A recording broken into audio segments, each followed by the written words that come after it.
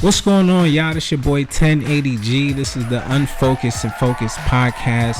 We are back once again. Got the boy Tastro in the building. What up, y'all? Yeah, we back.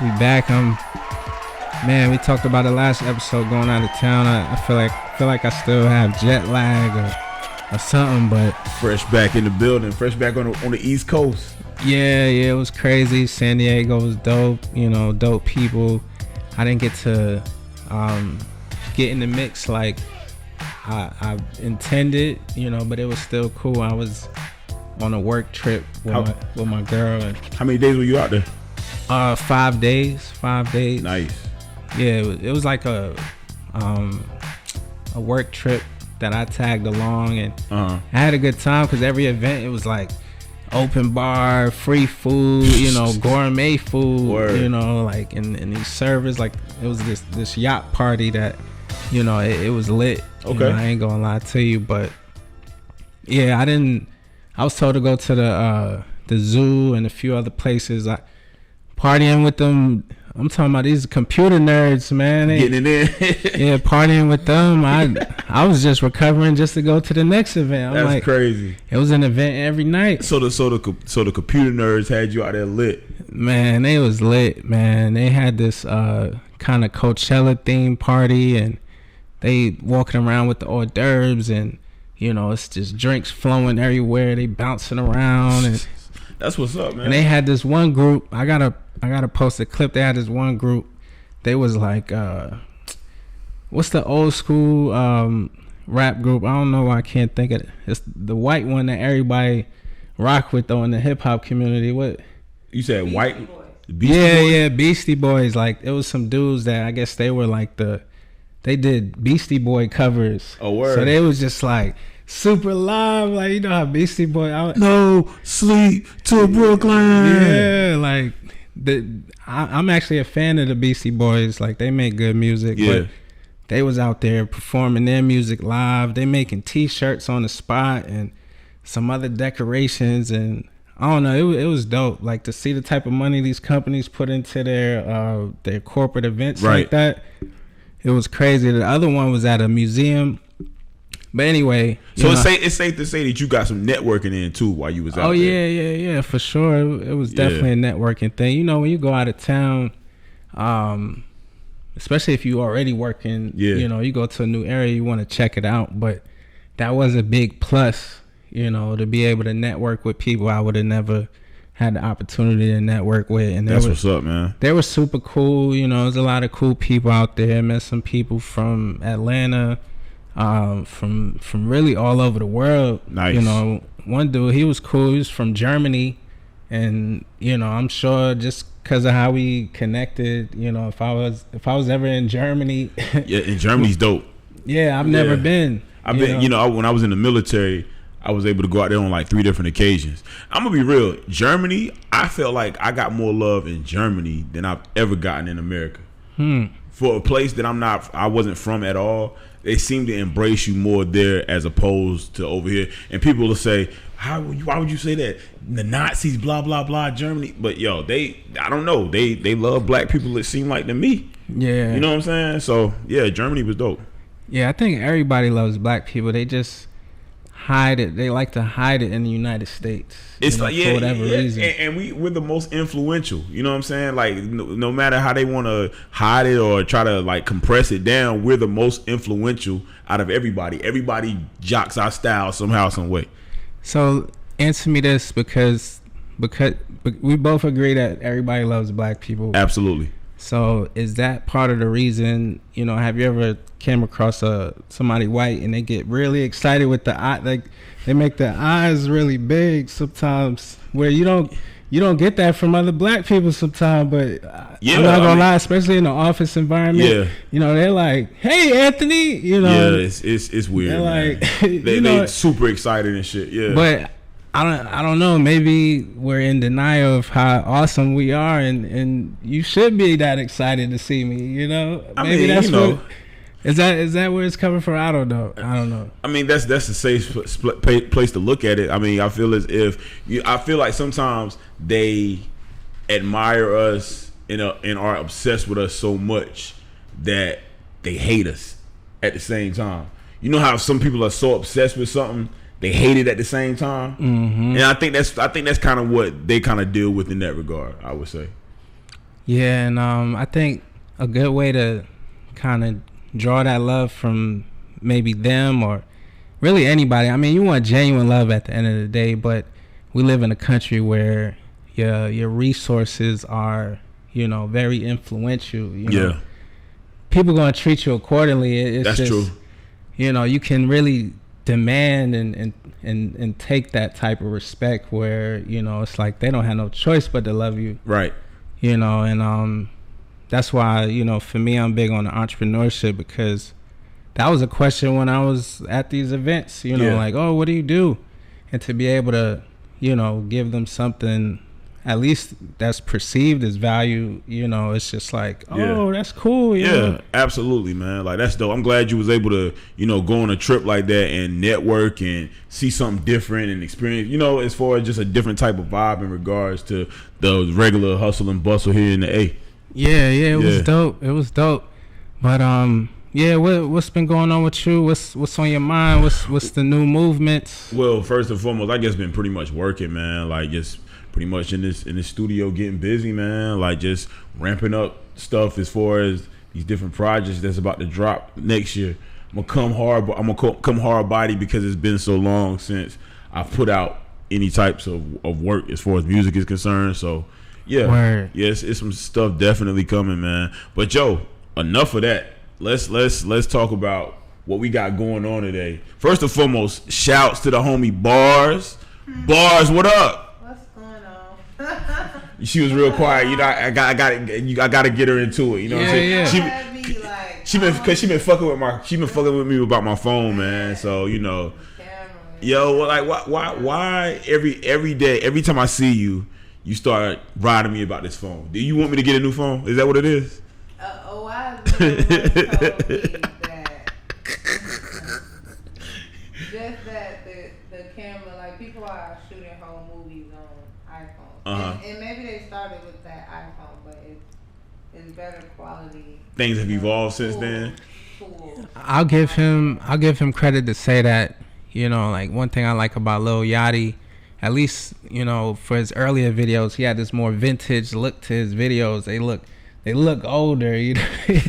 You know what I'm saying? So for you to have a, you know, no, it don't matter what camera, you can still create quality. But, you know, people are so hip to what quality looks like that it's like, man, it's like people know that that's an iPhone, whatever, you know. It's like, man, I don't think there's nothing wrong with my phone. I think for me, the reason why I haven't really, you know, been on the bandwagon in regards to upgrading is because there's nothing wrong with it as far as me being able, the functionality. The phone practically was brand new under the case. You feel what I'm saying? Like, so I'm like, yo, I'm good. It still dials out. It still texts. I'm no still cracks. No quality and all of that.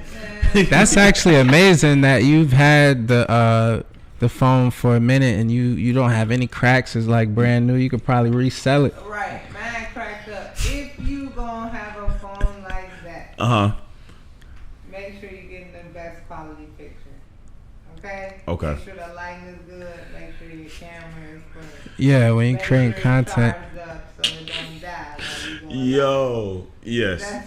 That's that. You know, I'm gonna make sure. I'm gonna step my phone game up just on the strength of Bars riding me every time I see it. All right, so we understand content is important, and some content that I just recently seen that I thought was super dope and it inspired me was these workshop videos from my guest for the day. I don't know. You paying it forward, and in order for you to pay it forward, you know, people gotta respect what you're doing. They gotta know this person is serious. She does this, you know. You what type of quality phone that you got? That's gonna be my first. You didn't expect that to be the first question. That's the first question for man. Wow. Yeah. What phone you working with over here? I got a 13 mini. You know, 13 the kids mini. laugh at me. The young folks, they laugh at me because they like, why is your phone so small? But, you know, it works for me. But I did step it up, get the 13. But boss moves. The photo quality, the video quality is good for people like us need content, which is why I was just Content. just explaining to him over there. Yo, so come on, yo. but yeah. Yo, man. See, you actually have a newer phone than me. I'm into that as well. Okay. But yeah, I just wanted to put that out there and let people know how important this quality is, because after you really learn about our guests, you'll understand why she's stepping strong like that. But just introduce yourself and what do you have going on? Because you fresh as hell right now. Tiff the fucking Barber, man. You definitely Rose gold the fuck out, yo. You know. Yeah, she is. Yo, Listen, I had to search for these good old Fresh. J's right here. We're gonna get some photos after we done, and we gotta catch that. Oh yeah, you definitely gotta flick those up. Put in search for these. And when you catching those type of outfits, you gotta have a 13. You gotta have the best quality. Man, you know, you can't settle because you put a lot of time. Well, I don't know. It might be easy for you. You'd be surprised. I could pick up some high end and low end. Please believe I probably have on some come from Nike store, some come from Target, be some come from, Neiman. So it's you know what I'm saying? Like, it's about how you put it together. Gotta coordinate. Definitely gotta coordinate. You got the right thing playing in the background. But first of all, I appreciate y'all bringing me on. Tastro, I know this really ain't even my thing. I'm trying to, get more into some things, but I appreciate y'all bringing me on. But I am Tiff The Barber. Some people say celebrity barber. I don't really get into all of that, but I am starting to grasp the fact that I'm getting a lot more followers and a lot more attention on things. So still gotta stay humble but appreciative at the same time. Word. So I mentioned it already. You got something real dope going on where you passing your legacy that you're creating down to most people. Most people try to pass legacies down to their kids. You passing them down to just kids, period, people, period, whoever wants to learn and paying it forward while you pushing forward yourself in your career. So like I want to hear about that, because a lot of people they know what it takes to get successful. Everybody's talking about they doing this, they doing that, but how many people is spreading that seed? That's the most important thing, because how you gonna move forward without that? Yeah, I feel you on that, and I'm enjoying it, so that's like the biggest part of it. But I got a workshop I just started this year in May called Teen Clipper Camp. So it's pretty much bringing in some kids from age 12 to 19 so far. Just teaching them how to cut, giving them a skill, teaching them a little bit about entrepreneurship, and a few other things involved, but also just taking the time to get to know their story and giving them an outlet and allowing them to meet other kids their age and hear some things they got going on. Like, it's a little more to it than just barbering, but pretty much just trying to offer like a mentorship and kind of building up a life skill. Nice. You know what I mean? Nice. So that's it's definitely turned into more than expected, but it's been like all good feedback.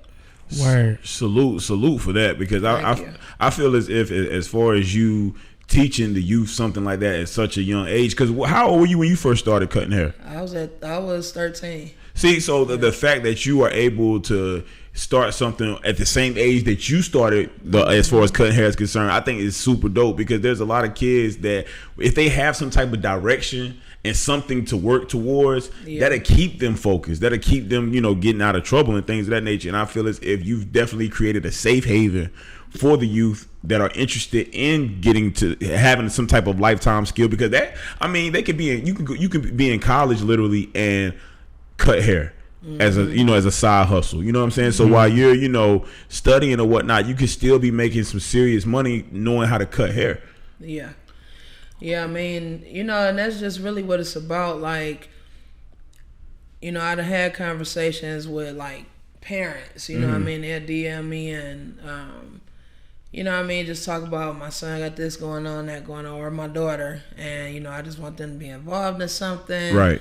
Something positive. You know, you get, you know, it's so many stories and backgrounds out here. So, you know, it kind of helps that even though I can't really remember every kid, but by the time they come in and I had some conversations with some parents, then I can put a face to the story. Right. And, you know, sometimes even afterwards, you know, we'll have little conversations and try to encourage them and, you know, just talk about some real life issues that they be having going on, you know, like just to really tap in with them. So, you know, I always give them my number, my contact information, and you know, some of them, a nice amount of them, they reach out. You know, they ask me advice on stuff. Right. They'll send me pictures of them practicing, videos, ask me to critique, what should they do. Okay. And then it allowed me to just kind of tap in, like, what you got going on, how's school going, how's this and that. Nice. You know what I mean? So it works. It's crazy that you got to kind of be careful with how you communicate with people that's, you know, with kids. Because there's so much nonsense and closed-minded people going on to where, you know, the people that actually want to tap in with genuine love and energy, you still got to watch it. Right. Because people prey on you. But, you know, you got to kind of decide, I guess, when to, where to place your energy in every situation. Discernment, pretty much. Yeah. Yeah. So you said 12 or 13 that you got 13. started. Okay, and were you cutting and who do you remember who your first client? Well, not even so much client. Who was the first person you ever cut? My first guinea pig. Yeah. My cousin. So we had. You get them right. We had family, and the first time, it was actually like a razor. And we was in like the country with my grandfather, and I ended up cutting his hair with a razor. Didn't cut him, surprisingly, but you know, just playing around with it. I might even been about 12 then, but I can remember definitely at 13. It was a guy that lived next door to me. He used to cut on the front porch. He could draw. I could draw. He would cut designs in kids' hair around the neighborhood, or his brothers. He had a lot of brothers. And that was the most intriguing part before my fade even got tight. It was like, okay, that's another way to draw. That was kind of cool. And then by the next summer, I was cutting his hair. So, you know, it just kind of built up like that. But my mother is always in the hair industry, pretty well known in Detroit. You know, it's known as the hair capital for years, all that kind of stuff. So by the time I was 16, I was on hair shows and hair magazines and all kinds of stuff. So I started early. Damn.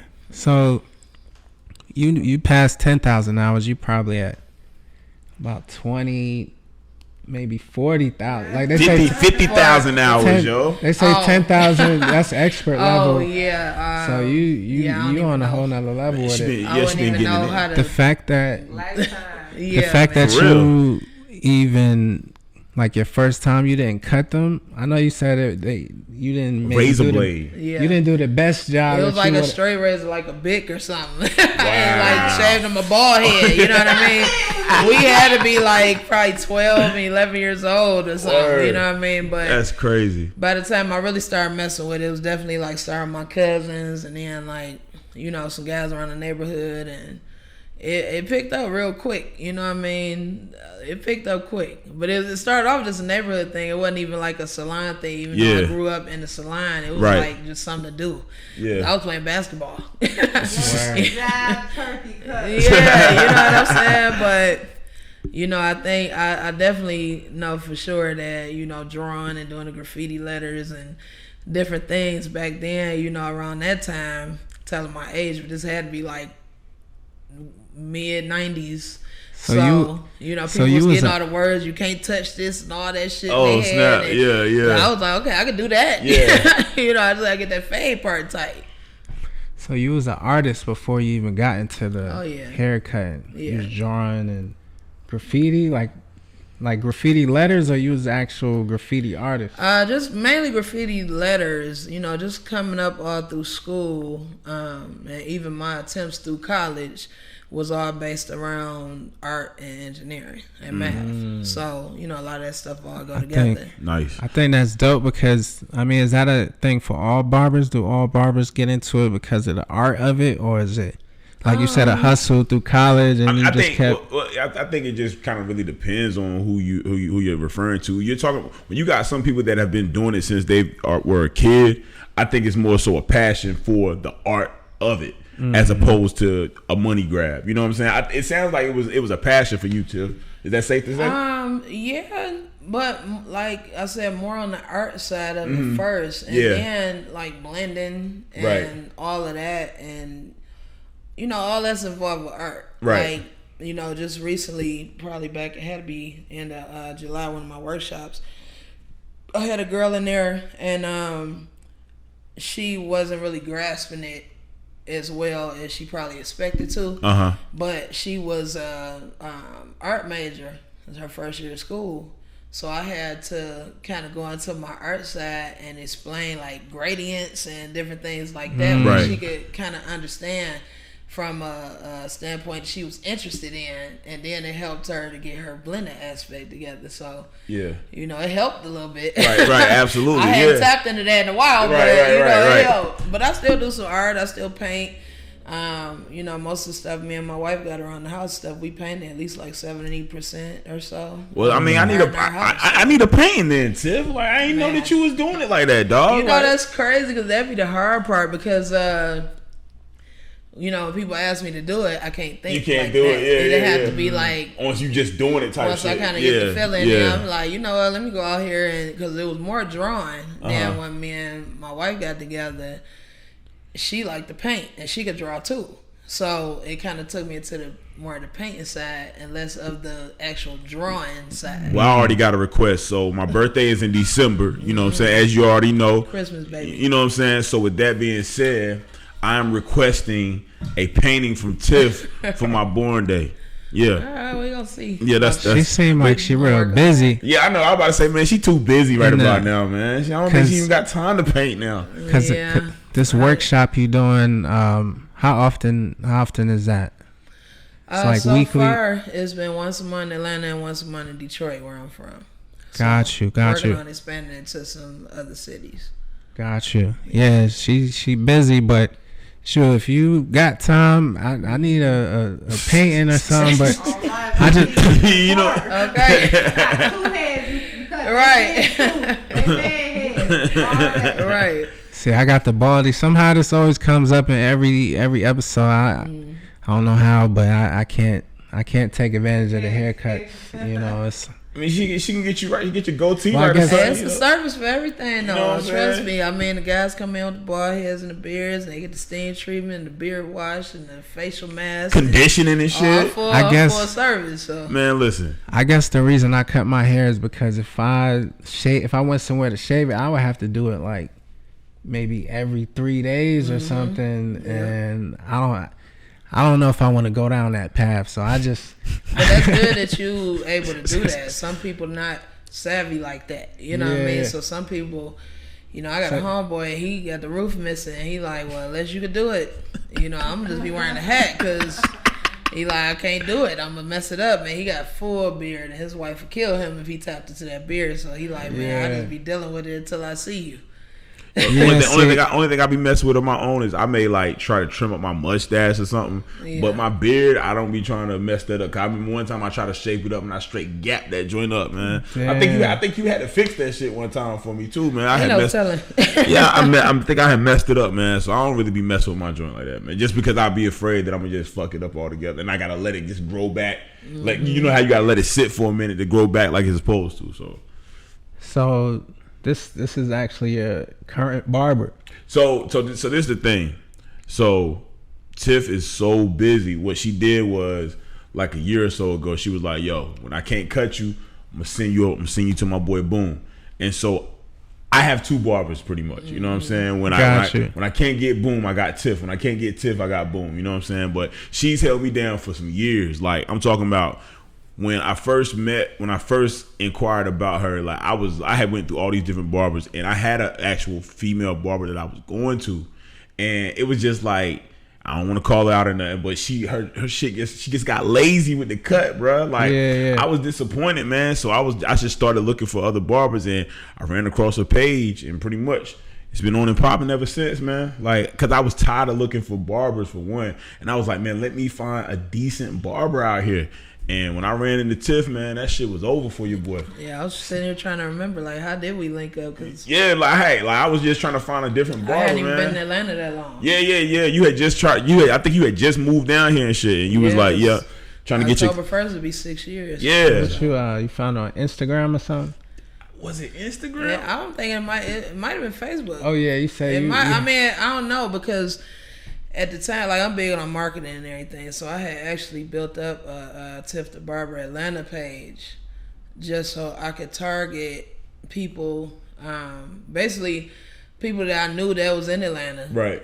I would go to their friends' page and start adding people and direct messaging them my promo. And then, I think, of course, some people ain't with it, you know what I mean? But for the most part, people start following you, start watching your content, and I built up clientele like super quick when I moved here. But I had also had like 2 commercials. I had about probably 4 different sets of flyers, different designs and different sizes and stuff. And I was heavy marketing. I took it old school, you know what I mean? Everywhere I went, I was leaving cards. If I was in a restaurant, I see a guy going to the bathroom, he'd leave some of these on the sink. It could be a gas station, it could be whatever, you know what I mean? I put banners out in front of the shop, like. So let me ask you, if you ever gave one of those to somebody with a beat up haircut, would they ever get offended or anything? Like, yo, what you trying to say, bro? Not usually. Like, in most cases, if you're not coming across somebody to be like, nah, I'm good on the card or whatever, which that happens, you know what I mean? You can't take offense to it. But for the most part, you'll get, I've been looking for a barber. Oh, you cut, what's your information? Did you cut your own hair? Or it'd be like, I must look bad, but joking, you know what I mean, in a joking way. So I think it's about the energy you bring to the person, depending on what you get back. So you can't just really be like, I ain't walking up to them, you know what I mean? Like, you just gotta take your chances. Just gotta hustle, gotta put it out there. But is it common though to pass your card out to people that look like they're kind of in need of a cut? If that's what you're doing at the time, or if it's something that you feel like you could tell that they might be into, that you could specialize in, you know what I mean? Yeah. It just depends. Like, you just gotta kind of read the room a little bit, and sometimes you ain't really looking to target certain people. You just kind of leaving stuff as you go. You know what I mean? It just depends. Like, I still, you follow, I post something at least, I try to post something at least once a day. Right. Even in my stories, you know what I mean? Like, I might not post as much on my page, but, in my stories, I try to keep it consistent. Right. So people don't forget. Absolutely. So, being that we talk about health and wellness, I feel as if haircuts are a vital portion of health and wellness as well. So, as far as you being a barber and with you actually teaching, the youth as far as barbers are concerned, how important do you feel is that haircuts are to our well-being and hygiene and grooming and things of that nature? Oh man, the hygiene is a lot more than people would expect it to be, especially with men or boys, because I don't know what that's about, you know what I'm saying? But a lot of times, a lot of men, or younger boys, they don't really care as much. So to really, bring a person in and, like, I think most guys don't moisturize their scalp or take care of their skin, and it's like a hurry up, pick up and go, give me a cut, let me go, I just want to be neat, whatever, if they even care about that. So one thing that I did pick up, even from my mother being a stylist all my life, is like learning about hair care. So when people ask you, what can I do? What can I put in my hair or whatever, like, to really have some answers for them. I think that's important. And then another part of it is, especially for, like, I feel like for a person in general, your upkeep and your character, however you display it, is very important. But being minorities, you already get classified a certain way. Of course, we all know how it goes. So, right. You know, even when I teach my students or my son, you know what I'm saying? It's like I always taught him, even growing up, like people gonna be as confident as you are. So if you walk in the room, you can be scared to death, but if you don't show that, you know what I'm saying, and you show that you could, you know, articulate a sentence, and you greeting people when you come in, that type of thing, then, you know, it's already letting them know, it's like, okay, they got something about themselves going on. And then if you come in looking the part, dressing the part, then that's gonna help to, you know, help you to be read a certain way. You know what I mean? Like opening up doors, because us all, let's just say walking in a restaurant or something right now, we are on sneakers, hats, t-shirts, whatever.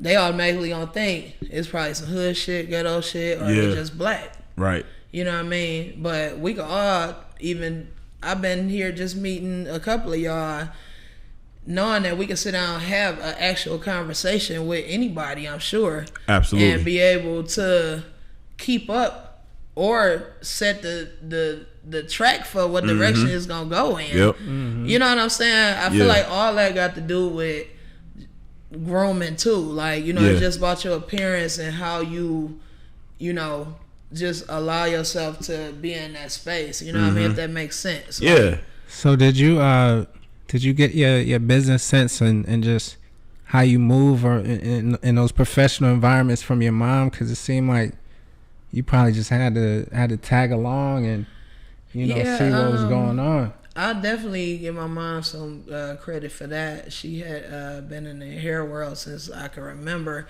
I think when she opened her first salon, I was probably about 9 or 10 years old. But also just I always been like not so much of a follower, I guess I'd say. But you know, I went through my times growing up where I thought I knew everything, and I always had my times where I was always a sponge though. So I think it's just about like picking up a little bit from everywhere that you can and just figuring out what worked for you and just kind of using that to build the person that you choose to be. Got you. So we kind of talked about it on the way back, you know, coming back to record the podcast, but what you do, is there any type of code switching that you have to do? Because we talking about 50 Cent, for example. He can be on a G-Unit song and he's killing people and he's murdering people. And when he's in these corporate events, you know, in these corporate meetings, and he's trying to get a deal with what's the TV station? Stars. Yeah, when he's trying to get that Stars deal. You know, he's still shooting and smacking people, or, you know, he got the suit on. You know, he don't got the G-Unit wife beater. He got the suit on. And do you ever have to? I don't know if code switching is the correct term, but I feel like it is, because the people with them big checks at Stars, they communicate a certain way. You know, do you feel like you have to, because you real chill, you from Detroit, you got the swag, and you know what I'm saying, you a boss within your own world, but you go into a Stars deal, they see your content like, yo, we want to create a reality show around you. You know, is there any type of different presentation that, you see what I'm trying to say? I think, I don't know, man, I'm so much of a sneakerhead, you know what I mean? But I'm not so resistant that I can't dress the part to do what I need to do. But I'm not about to change who I am to make it happen. You know what I'm saying? And then, you know, being lesbian too, you already getting read a certain way. So that went back to what I was just saying. Like, you know, people look at you, expect you to be a certain way, and then once they hear you open your mouth, it's like, oh, there's something going on in there. It's like a light bulb moment, you know what I mean? So it also goes back to me saying, like, people gonna be as confident as you are. So I think it's once you know the goal and direction you're going in, then you can kind of take it where you need it to go in most cases. So I wouldn't say a code, but just, I just figure out where I want to be and where to place my energy. I'm all about energy, and then, I'm confident enough to kind of go forward or whatever it is I'm trying to do to even know if it's going to work or not. You know what I'm saying? Yeah, I guess it's not even so much like a white people thing, because you go into a fancy event and it's all black people or Spanish or whatever, everybody's dressed a certain way. You're not gonna be using as much profanity. You're not gonna use as much slang. You're gonna move accordingly. Yeah. So I mean, I guess sometimes we hear that in regards to dealing with white people, but I would just that. I wouldn't say it's just dealing with a white audience or whatever, but I mean you can have people your same race is just ignorant. You know what I mean? But like last week I had a Zoom meeting about my Clipper camp trying to get some funding, and I was on the phone with the head of a huge nonprofit organization in Detroit, the owner of the Michigan Barber College, partner of mine that's helped me with the Clipper camp, and the guy that's over the law department for the city of Detroit. You know what I mean? And I'm on there with a t-shirt and whatever. So it's like, as long as I could execute the deal and push out the information that's needed, you know what I mean? True. Then what else can I do? Yeah. You know what I mean? Yeah, you want to be authentic to yourself, but it's a certain way you carry yourself. You always want to put your best foot forward. Fresh gear, I know you're gonna pull up fresh. You already know it. I know you're gonna pull up fresh, but it's like, for me at least, if I'm with one of my brothers or my homies, whoever, we silly and, you crack jokes and it's slang. You might use some profanity, but when it's time to close the deal, you got to button up, you know what I'm saying? Like, fix your tie. And put that to the side, bro. Oh, yeah. Yeah. So, I mean, people, I guess, give it a bad light, but, I mean, you really need to switch it up. Like, you can't move the same way all the time. Like, same person you are on the basketball court, you talking junk, and it's a sports environment. You're not gonna be like that with the suit on. Like even Kobe, I've heard Kobe talk about that. Like in a personal environment, he's the nicest person and very caring, and then that's where the whole Mamba mentality comes. To me, that's what I would categorize it as, like the Mamba mentality. And I would think, my fault. Nah, what you was about to say? I would think with Tiff more so than anything too, because she's in different types of environments. Like she's pretty much, I'm pretty sure a chameleonaire anyways, because you're talking about someone that's, cutting hair in her spot, in her suite or whatnot, but then she's on movie sets, TV sets, things of that nature. And then you got her, as a teacher, with the workshop. So it's just like she's wearing different hats in different spaces. So that I would think that would cause for her to, have to move accordingly. You know what I'm saying? Because I wouldn't think that of course you're at a movie set or a TV set, but I wouldn't think she would have to be so, corporate in that type of environment. True. Because you know what I'm saying? It depends on the environment. Like the corporate, you got the cubicles. That's an environment, and then the movie set, like. What's I'm sure you got a story from one of the movie sets. Like, what's probably the most recent movie set you've been on? Let's see. The most recent full gig I worked was the second season of BMF. Dope. Which is a 50 Cent show. So that was dope because, the story is based on Detroit. And I got a chance to represent for the crib, so that was That's cool. dope. Nice, yeah. That ran for about 5 months or so. Before that, I did the final season of Atlanta and some other things. I've been doing it now for about I've been here almost 6 years, so about 5.5 years. I kind of jumped right in. So it sounds like, if you on a set of BMF, that's people wearing the same similar type of clothing. The BMF actors, they got big chains on. Fresh. Everybody fresh, and the cuts, that's. I mean, it's funny because that set was definitely, they rode a little different, because coming in the first couple of weeks, it was like, okay, is this work or is this like, how we supposed to be handling things around here? Because some of these dudes looking tough as hell, like, what I'm saying? I got BMF chains on, and I'm looking out the trailer like, I'm gonna just stay here for a couple days, like, let me just feel it, see how this supposed to go. But it's all professional. Every set is different.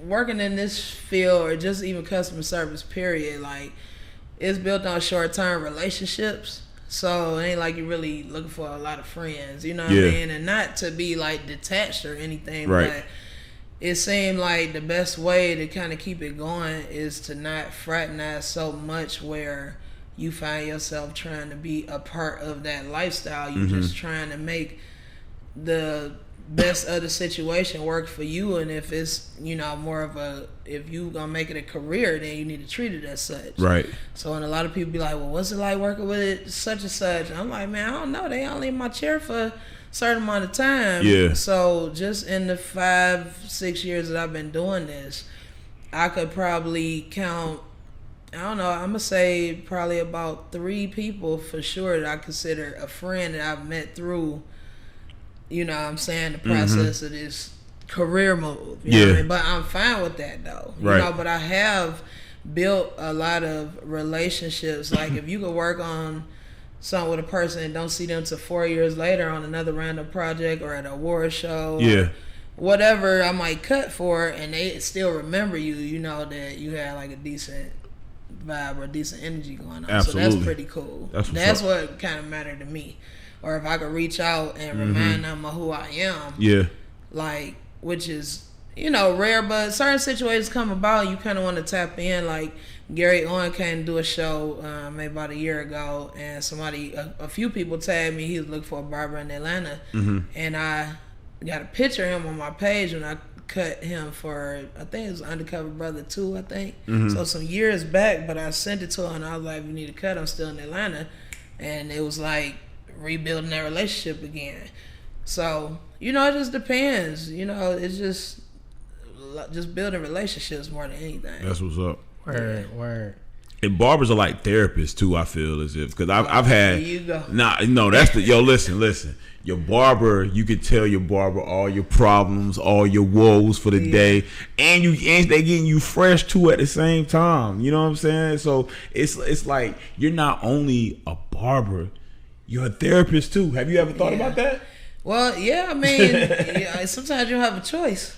I agree, 'cause somebody you don't have a choice. Yeah, I mean, like, I really be trying, as one of my personal clients, I try to remember the important things about my clients. You know what I mean? Because they come to you, get a service to get some relief. It could be a quick power nap while they're in the chair. It could be, I had a crappy day, but, I know when I go get this cut, Tiff probably gonna be playing some decent music at least, or whatever. You know what I mean? Like, so you want to create a space for your people. And then,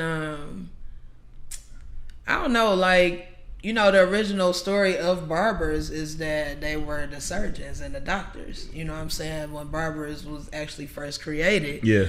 So, you know what I mean? It kind of like still put you in that same background. Like, if you pulled up the history of barbers, it was more based with like medical. You know what I mean? But still kind of on the same lines, along the same lines what we're talking about. So it's interesting backstory. So you kind of pull everything together. Well, I like to pull everything together. Yeah.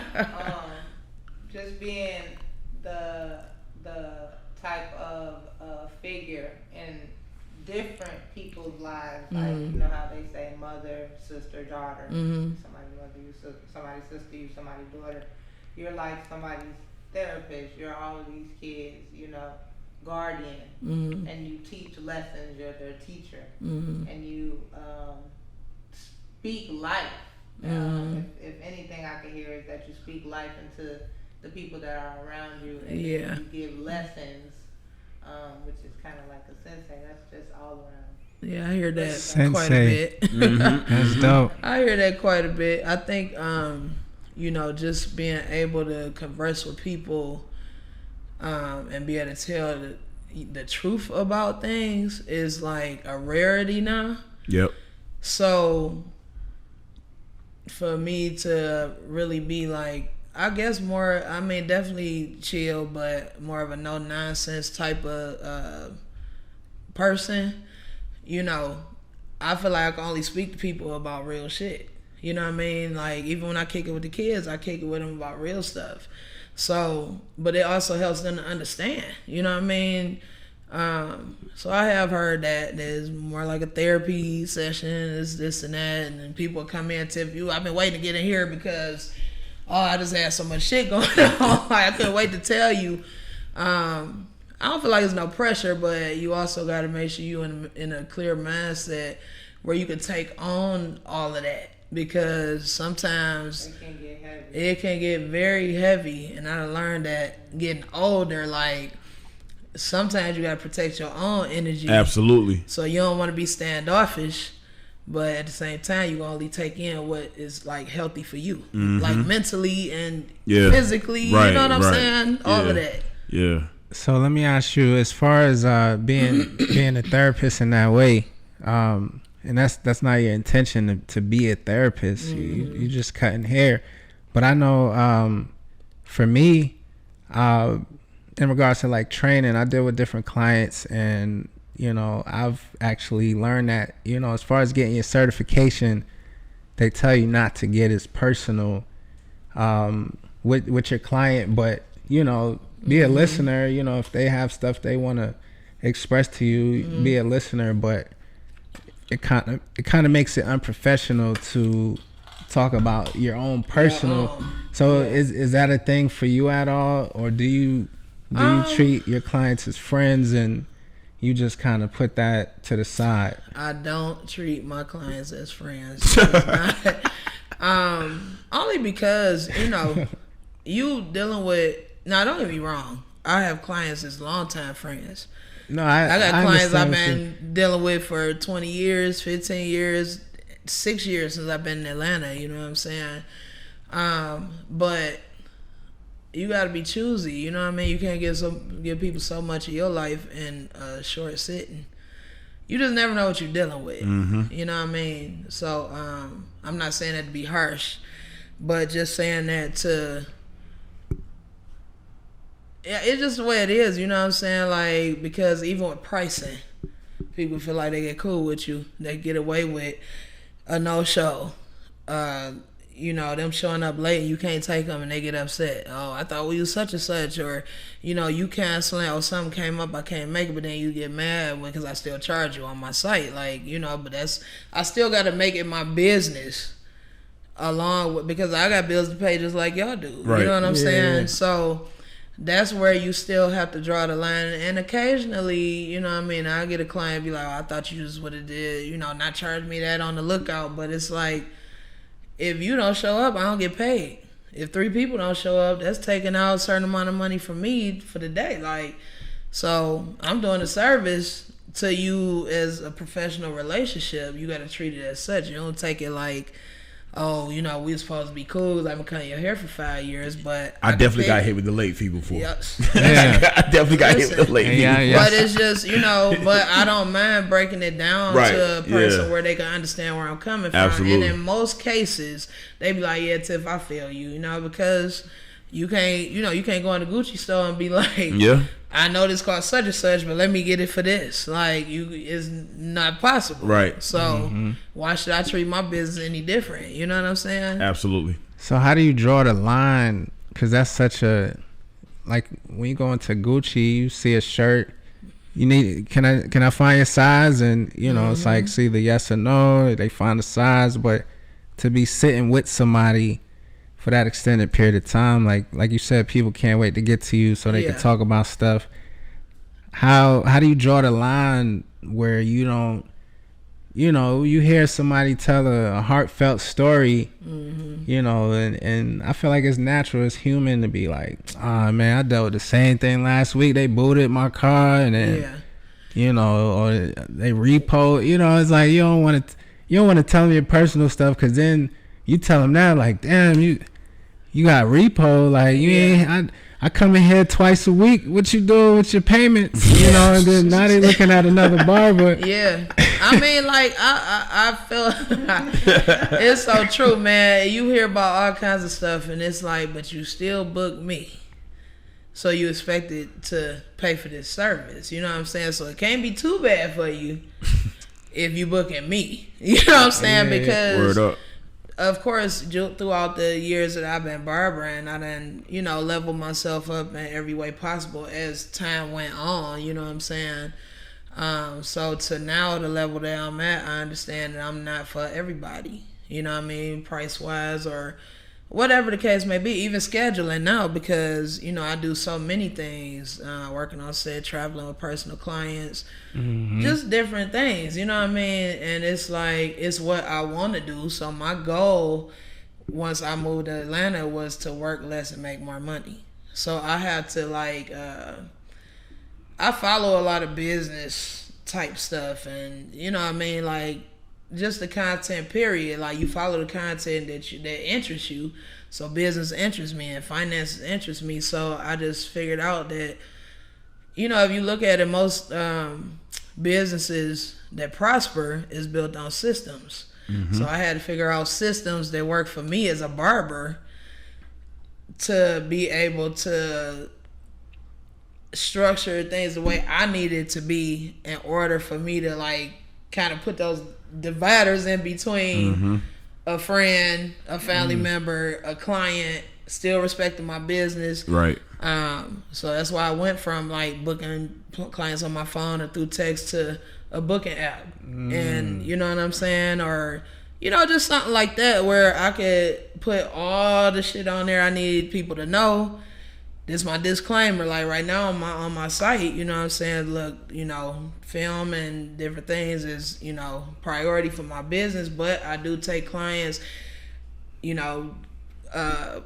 scheduling can change, but make sure you got a current way of communicating, so I can let you know if my schedule changes and I can accommodate you the best I can. So once my lifestyle changed within my career, I had to make sure I put that down there so when people understand, when I reach out and say, hey, I got to fly out for work tomorrow, whatever, they already in the back of their mind, even though it may be some disappointment, they understand because they already knew, you know what I mean? So, and then setting up, those systems, setting up my app and all that kind of stuff is like, all right, I don't have to worry about if you don't show up because I got a late cancellation fee, I got a such and such fee or whatever. So you already know if you ain't there, I'm still gonna get fed, you know what I mean? And then if you block your card for whatever reason, because people do silly shit, then I'm gonna block you from booking with me. And we just gotta do what we gotta do, but it's still gonna be a system, you know what I mean? So I think that's what works. That happens? People be doing shit like that? It happens. People will try you. Everybody's not gonna be as serious about your craft as you are, so they're not gonna respect you the same. You know what I'm saying? So it don't happen a lot. Yeah. But now where I am, of course I got some regulars, but I don't expect people to wait for me because of my schedule. So I do get a lot of people that book me months in advance because they know they come to Atlanta to hang out. They want to get a cut by Tiff The Barber or a celebrity barber or whatever they want to, because people into that. They follow you. I get a lot of first timers. I get a lot of one timers, so they just want to come just for the experience. So I have to stay tight on giving that experience. So it's just, it's just different. It's definitely then took a turn to where I wouldn't have thought barbering could ever take me. But it's definitely a job now, you know what I mean? So Dang, everybody all three at the same time. I'm just interested. Bars first. I must be saying something halfway. No, it's all. It's like a press conference or something. Bars, you got it first, yo. Yeah, because I'm obnoxious. I'm always give my take. I was gonna ask about what motivated you to start passing the torch. It's kind of always been there. I would try to do a few things a year just to kind of give back, whether it was like a clothing drive or like when they had the Flint crisis with the water and stuff. You know, I did a water drive. Like you talking about that's still going on. Yeah, I would always like just try to do something, and then once I moved down here and things built up, I at the time thought I realized that I had took less time to offer myself to do other things that wasn't involving me. So, you know, I'm always kind of like, my mind always working, you know what I mean? Because like me and my wife, we got multiple businesses. We always still taking classes, always trying to enhance the business. She in the beauty business too. And the class, like the workshop that we doing now, like I said, it came about when I got COVID and I had a couple weeks of time on my hands, and I just started kind of structuring it, and really it just kind of built up off of that because I threw it out there just to see how I would do it. I'm thinking one class in my mind, and then it just kind of took off, and as people were asking me questions, I was structuring the program. And it was like, okay, good question. Let me figure that part out. You know what I'm saying? And it just kind of happened quick. And I just didn't have a problem doing it. You know what I'm saying? But that part of me was kind of always there. So you, how does it work? How do you sign up for the workshop? So the way it's been going, you know, I picked the dates, start posting the dates. You know, posting flyers, videos. I always post content from the previous class. And then of course, you know, you start getting the word of mouth, you know, the referrals and stuff. Just, you know, just different things like, you know, just building it up, staying consistent. People see the promo, they DM me. I send them, you know, information that I got placed all together. Answer whatever questions they sign up. The program's $4.99 per child. Correction, $150 deposit, but that builds up like a full kit, all the way from the clippers and liners to the carrying bag to the sanitation items to the brushes and combs and dusters, and you know, that's for them all to take home. You know what I mean? I teach them like 4 techniques from short to long on a mannequin. We go through some important paperwork, teaching about sanitation, customer service, how to build up clientele, you know, different things like that, social media marketing, and then just kind of going from there. So I think all that information is like just circulating, which has been a blessing. It's kind of putting the word out along with the promo, and it's just pretty much bringing people in. So they just reach out directly, and we've been selling out, you know, everyone so far, and being able to gift some of the students with, if not paying their full fee, at least a partial fee. People donate, you know what I mean? So that's dope. Just moving around. I see why they call you the sensei. Cause bars just started that, so.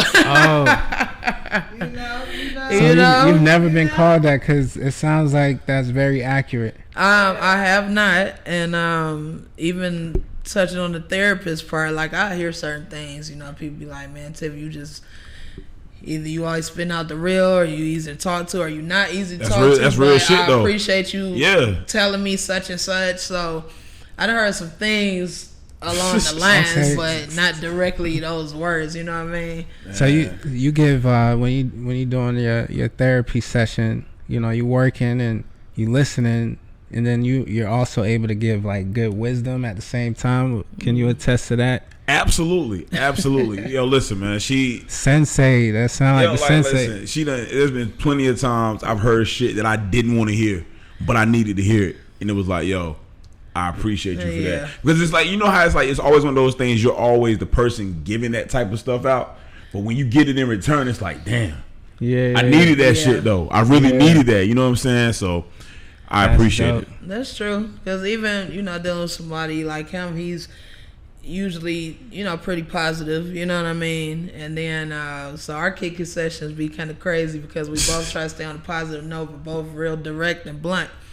And it'd be some days where I'll be like, okay, let me know you really ready to talk. You know what I mean? Because he'd be like, man, come on. I'd be like, you came with that same shit last time. I thought we was going to make some changes here. But, we had some real conversation. For real shit, yeah. But still, everybody can't take that same energy. So you got to know when to pad it a little bit, but still be honest. If they open to it, you know what I mean? Everybody might not be open to it, and you read the room. Let me get you out of here. She told me one time, what the fuck are you doing, Aunt? Like, what the fuck are you doing? That's a skill. That's shit. I don't know. The more I hear, the more I'm amazed I am. The fact that you could be on these celebrity sets and the movie sets, and then you got the workshop, and then you also providing therapy sessions. You're not just there listening. You actually helping people, get right with the cut and get right with, their life and decisions. And it all just come with like experience with growth. You know what I mean? It ain't, even at 43 now, you know what I'm saying, I still know there's so much more to learn. I can only, talk about things I didn't experience at my age thus far, you know what I mean? So, you can't just go on to give people advice about stuff you ain't never experienced and you ain't giving them nothing valid, you know what I mean?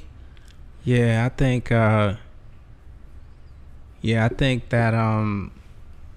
whatever you charge, I know you mentioned working smarter, not harder, and working less, making more money. It sounds like whatever price you got out there is valid because you bring a lot to the table. You go in there and you sit in your chair. You getting the master that's actually teaching it to people. You got your content. It's consistent. You got the promos, the commercials. You got the look. You know what I'm saying? And the quality product, on top of that with the therapy. She the total package. The fucking total package, yo. All I heard was add tax. That's the gist of it. Add tax, whatever the price is. They say yesterday's price is not today's price. For real. Hey, you got to pick where you got to place that for sure, because that one different world out here. One thing I know is when people know something is quality, they will pay for it. No matter what the price, So if they wanted to tap in and get your services or sign up for the workshop, how can they find you? Instagram, TikTok, Facebook, Tiff The Barber, all one word, no underscores, all that. Make it real simple. That's it, man. I respond. I always respond, so try to keep all those airways open. And that's the DA, right? Tiff The Barber, right? THE. THE. Oh, Tiff The Barber. Okay. Spells it properly. Why did I think it was a DA? That's what I'm talking Ignorant about. Shit like on my end. Your camera. Yeah, don't do that. See, see what I'm saying? But nah, that's dope. Tap in with Tiff The Barber. And the battery's low, 20%. Appreciate y'all. Yeah, we appreciate having you, and you dropped some gems. You inspiring me. Putting a workshop together is a vision that I would like to put together, and I appreciate you for the energy and the wisdom. I'm honored that she took the time out to even come rock with us. She has so much shit going on. The fact that she actually had the time to come and kick it with us, we are honored in that regard. So salute. I'm honored to be here. I appreciate salute y'all. For real. We appreciate it. So Tastro, you got anything to take us out? Well, the usual, man. You know the usual. The regular degular. Stay alert, stay alive. The camera's done? We done? So yeah, Tastro. And you see we ending it off with the side camera. We switching it up on y'all, man. But something new every episode. Yeah, you never know what you're gonna get. You never know what you're gonna get. Yo. But yeah, take us out, man. I know you got some positivity to end us with. Man, like I always say, man, stay alert, stay alive. Seriously, I feel as if we don't take that serious enough. Stay alert, stay alive. There's a lot of shit going on out here. If you stay alert and stay on your P's and Q's, you can avoid shit from happening to you. I guarantee you. Stay alert, stay alive. All right, well, there we have it. It's been another episode of the Unfocused and Focused Podcast, and we out of here. Yeah.